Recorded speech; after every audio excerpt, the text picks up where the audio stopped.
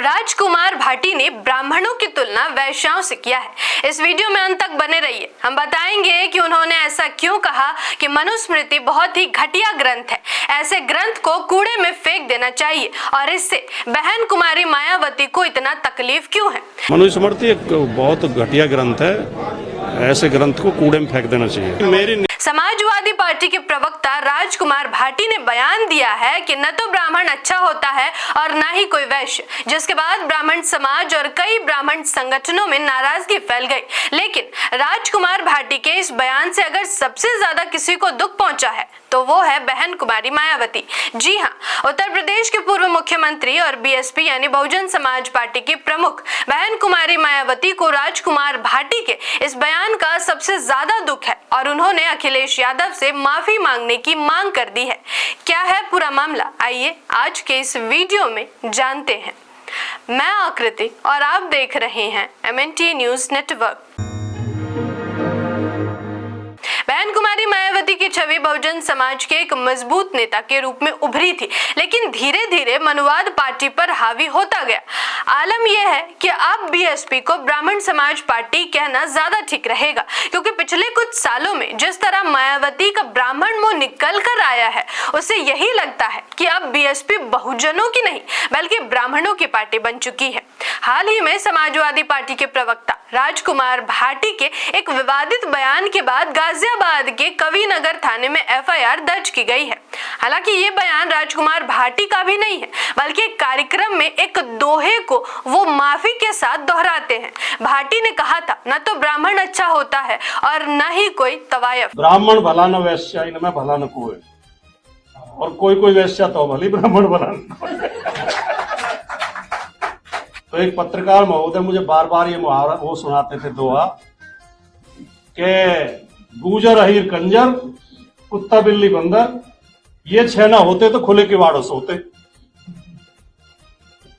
अब सुन के अपमानजनक तो बहुत लगे, लेकिन सुन ले।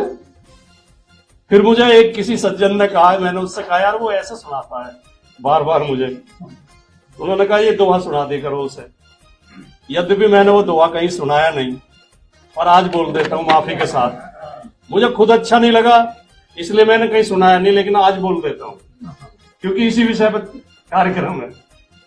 उन्होंने कहा ये सुना दे करो कि ब्राह्मण भला न वैश्या, इनमें भला न कोई, और कोई वैश्या तो भली ब्राह्मण भला न। जैसे ही ये वीडियो सोशल मीडिया पर वायरल हुआ, ब्राह्मण समाज और कई संगठनों में नाराजगी फैल गई। हालांकि अपने बयान के बाद राजकुमार भाटी ने माफी भी मांगी है, लेकिन इसके बावजूद जातंकवादी लोग इनको राजकुमार भाटी को जान से मारने की लगातार धमकियां दे रहे हैं। मैं अनिल मिश्रा इस आग्रह करता हूं सभी से कि सभी एकजुट होकर ऐसे काल नेमियों की गर्दन सर से अलग कर दें। जो ब्राह्मण राजकुमार भाटी को जान से मारने की सार्वजनिक रूप से धमकियां दे रहे हैं, उनके लिए मायावती का मुंह झलक कर सामने आ रहा है। बहुजन समाज पार्टी की प्रमुख और उत्तर प्रदेश की पूर्व मुख्यमंत्री मायावती ने शुक्रवार को समाजवादी पार्टी के प्रवक्ता राजकुमार भाटी द्वारा ब्राह्मण समुदाय के खिलाफ कथित अपमानजनक टिप्पणियों की आलोचना की है। उन्होंने कहा कि इस मुद्दे ने व्यापक आक्रोश पैदा किया है और एसपी नेतृत्व से इसे गंभीरता से लेने का आग्रह किया। एक्स पर एक पोस्ट में मायावती ने इन टिप्पणियों को अशोभनीय और आपत्तिजनक बताते हुए कहा कि इनसे ब्राह्मण समुदाय की गरिमा और आत्मसम्मान को ठेस पहुंची है। मायावती ने आगे कहा कि समाजवादी पार्टी के एक प्रमुख राष्ट्रीय प्रवक्ता द्वारा ब्राह्मण समुदाय के बारे में हाल ही में की गई अशोभनीय आपत्तिजनक टिप्पणियों और बयानों ने स्वाभाविक रूप से व्यापक आक्रोश और कड़ी निंदा को जन्म दिया है।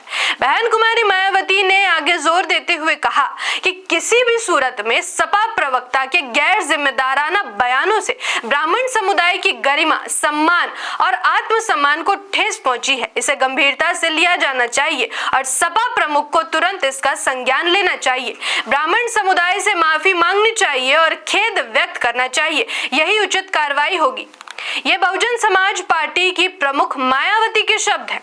हम मान लेते हैं कि राजकुमार भाटी के बयान गलत थे, उन्हें ऐसे बयान नहीं देने चाहिए। हालांकि वे एक दोहे को माफी के साथ दोहरा रहे थे, लेकिन उसके लिए भी उन्होंने माफी मांग ली है। लेकिन उन लोगों का क्या जो वीडियो बनाकर खुले तौर पर राजकुमार भाटी का सिर धड़ से अलग करने की बात कर रहे हैं? क्या मायावती की अब हिम्मत इतनी बची है कि ब्राह्मणों के संगठनों या उन ब्राह्मणों के खिलाफ लिख या बोल सके जो पिछड़े और अति पिछड़ों को जान से मारने की धमकियां दे रहा है? इस मामले में ग्वालियर के वकील अनिल मिश्रा ने गुर्जर समाज से आने वाले राजकुमार भाटी की हत्या करने के लिए लोगों को उकसा रहा है। अनिल मिश्रा ने वीडियो जारी करके कहा, मैं अनिल मिश्रा समस्त ब्राह्मणों से अनुरोध करता हूं कि शस्त्र उठाएं और राजकुमार भाटी जैसे लोगों का सर धड़ से अलग कर दे। आप खुद वो वीडियो देखिए। मैं अनिल मिश्रा इस आग्रह करता हूं सभी से कि सभी एकजुट होकर ऐसे काल नेमियों की गर्दन सर से अलग कर दें। हम शास्त्र पढ़ाते आए, शस्त्र पढ़ाते आए, आज शास्त्रों की आवश्यकता कम हो गई है, शस्त्रों की आवश्यकता अधिक है। इसलिए कृपा करके सब ब्राह्मणों से निवेदन है कि अब शस्त्र उठाने का समय, शस्त्र उठाएं और संतोष वर्मा और राजकुमार भाटी जैसे काल नेमियों के सर धड़ से अलग कर दें। नमस्कार। ऐसे एक नहीं बल्कि कई लोग हैं जो धमकियां दे रहे हैं। क्या मायावती को नहीं लगता कि ये गलत है?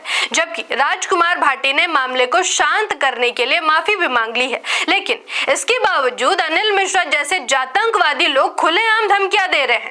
हालांकि अनिल मिश्रा की आलोचना भी सोशल मीडिया पर खूब हो रही है। अनिल मिश्रा का वीडियो शेयर करते हुए लखन मीना लिखते हैं, मुंह से जन्मी औलाद अनिल मिश्रा ने फिर जहर उगला। वीडियो जारी कर ब्राह्मणों से अपील की, शस्त्र उठाओ और राजकुमार भाटी जैसे लोगों का सर धड़ से अलग कर दो। यह अब सिर्फ लोकोकित की लड़ाई नहीं बल्कि गुर्जर समाज की अस्मिता पर सीधा हमला है।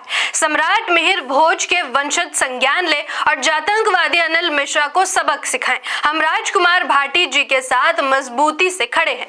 गौरव नाम के एक यूजर ने लिखा, राजकुमार भाटी जी विद्वान व्यक्ति है। विद्वान व्यक्ति समाज को आईना दिखाता है। समाज में फैले छुआछूत, जात पात और तमाम कुरीतियों पे खुल के अपने विचार रखता है। लेकिन कुछ सामंती टाइप के लोग जिनको सामाजिक बराबरी नहीं पसंद, वे राजकुमार जी को फर्जी बदनाम करना चाहते हैं। राजकुमार भाटी ने भी एक वीडियो में कहा कि देश में एक ऐसा वर्ग है जो समाज में ढोंग, पाखंड और ऊंच नीच को बनाकर रखना चाहता है। जब हम बराबरी की बात करते हैं तब उनको चिढ़ लगती है। नहीं डरा है, डरा कौन है, डरेगा कौन? नहीं, वो तो मैंने अपने दिल से मांगी है, डर के थोड़ी मांगी है। इस देश में एक वर्ग ऐसा है जो ढोंग, पाखंड और ऊंच नीच को बना कर रखना चाहता है। जब हम बराबरी की बात करते हैं तो उन लोगों को चिढ़ लगती है और वो फिर हमारे ऊपर आरोप ये लगाते हैं कि सनातन विरोधी हैं, क्योंकि वो बाबा साहब के संविधान पे देश को चलाना नहीं चाहते, वो मनुस्मृति पर देश को चलाना चाहते हैं। हम चाहते हैं कि मनुस्मृति का नाश हो और बाबा साहब के संविधान से देश चले। नहीं, मुझे पुलिस में कोई शिकायत करने की जरूरत नहीं है। मैं खुद सक्षम हूँ अपनी रक्षा करने में, मुझे किसी की मदद की जरूरत नहीं है और ये गीदड़ भभकियों से मैं डरने वाला नहीं हूँ। ये तो जो विरोध कर रहे हैं उन्हें सोचना चाहिए, क्या इस देश में बौद्धिक और तार्किक बातें नहीं की जाएंगी? कोई ज्ञान विज्ञान की, कोई रिसर्च की बात नहीं की जाएगी? कोई जो हमारे ऐतिहासिक भूल हैं, क्या उन पर हम चर्चा नहीं कर सकते? अब इस देश में कितनी लोकोक्तियां, मुहावरे, कहावतें जातियों को लेकर बनी हुई हैं जो अपमानजनक हैं। जब SC ST या OBC के खिलाफ कोई कहावत कही जाती है तब तो इनकी भावना आहत नहीं होती, और उनके खिलाफ एक कहावत आ गई तो उनकी भावना आहत हो गई।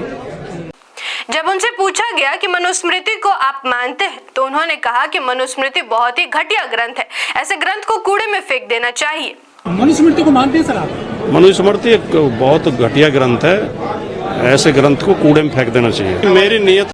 अगर कोई व्यक्ति अपनी बात पर विवाद होने के बाद सार्वजनिक रूप से माफी मांग चुका है तो उसके बाद भी उसे जान से मारने की धमकियां देना किसी भी लोकतांत्रिक और संवैधानिक समाज में स्वीकार नहीं किया जा सकता। विचारों का जवाब विचारों से होना चाहिए, डर और हिंसा से नहीं। साथ ही मायावती की संवेदनशीलता सिर्फ एक समुदाय या वर्ग तक सीमित दिखाई देना और दूसरी तरफ खुलेआम जातिवादी भाषा, धमकियां और नफरत फैलाने वाले लोगों पर चुप्पी साध लेना कई सवाल खड़े करता है। बीएसपी की राजनीति सामाजिक न्याय, समानता और उत्पीड़ित वर्ग की आवाज बनने पर टिकी थी, लेकिन जब लोगों को यह महसूस होने लगे कि सिद्धांतों से ज्यादा राजनीतिक समीकरण महत्व रखने लगे हैं तब भरोसा कमजोर पड़ने लगता है। इस पर आपकी क्या राय है, नीचे कमेंट जरूर करें। धन्यवाद। जय संविधान, जय लोकतंत्र, जय भीम, जय मूल निवासी। MNT न्यूज नेटवर्क को सब्सक्राइब करें, लाइक और फॉलो करना ना भूलें। साथ ही बेल आइकॉन दबाकर जन जागृति की मुहिम में जुड़े रहें।